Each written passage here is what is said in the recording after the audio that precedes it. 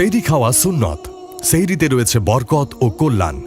ইহুদি খ্রিস্টানরাও রোজা পালন করত, কিন্তু তারা ভোর রাতে সেহরি গ্রহণ করত না। তাই রাসূলুল্লাহ সাল্লাল্লাহু আলাইহি ওয়াসাল্লাম ভোর রাতে সেহরি খাওয়ার বিশেষ তাগিদ দিয়েছেন। সেহরি খাওয়ার ফজিলত ও গুরুত্ব জানার আগে চ্যানেলটি সাবস্ক্রাইব করে নিন। সেহরি পেট ভরে খাওয়া জরুরি নয়, বরং ন্যূনতম এক ঢোক পানি পান করলেও সেহরি আদায় হয়ে যাবে।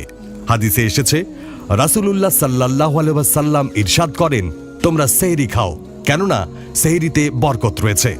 মুসলিম। যেহেতু সেহরি খাওয়া বরকতের কাজ, সুতরাং ক্ষুধা লাগুক বা না লাগুক, খেতে ইচ্ছে হোক বা না হোক, তবুও সামান্য পরিমাণ হলেও শেষ রাতে খাবার খেয়ে নেওয়া বরকতের কাজ। এক্ষেত্রে উদর ভর্তি করে খাওয়া আবশ্যক নয়।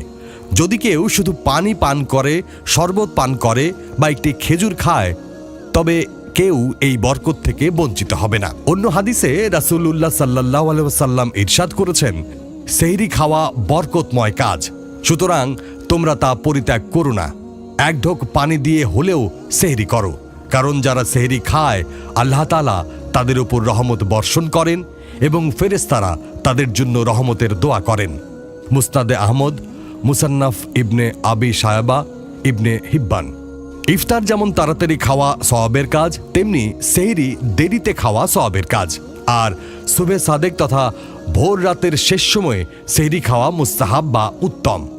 রাসূলুল্লাহ সাল্লাল্লাহু আলাইহি ওয়াসাল্লাম বলেছেন, আল্লাহ সকল আম্বিয়াকে তাড়াতাড়ি ইফতার করার নির্দেশ দিয়েছেন, আর সেহরি দেরি করে খাওয়ার কথা হয়েছে। তাই তো সাহাবায়ে কেরাম আজমাইন সময় হওয়ার সাথে সাথে ইফতার করতেন এবং সেহরি শেষ সময়ে খাবার খেতেন। মুসান্নাফে ইবনে আবি শায়বা। নবীজি সাল্লাল্লাহু আলাইহি ওয়াসাল্লাম বলেছেন, আমাদের রোজা এবং আহলে কিতাব তথা ইহুদি ও খ্রিস্টানদের রোজার মধ্যে পার্থক্য হল সেহরি খাওয়া। মুসলিম, নাসাই। আল্লাহ তাআলা মুসলিম উম্মাহকে সেহরি খাওয়ার তাওফিক দান করুন।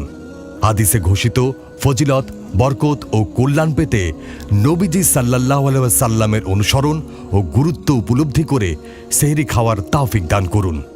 আমিন। আল্লাহর সন্তুষ্টির উদ্দেশ্যে তৈরি আমাদের এই কথাগুলো যেন ছড়িয়ে পড়ে, এজন্য সাবস্ক্রাইব, লাইক, কমেন্ট ও শেয়ার করে আপনিও আমাদের সঙ্গে থাকুন।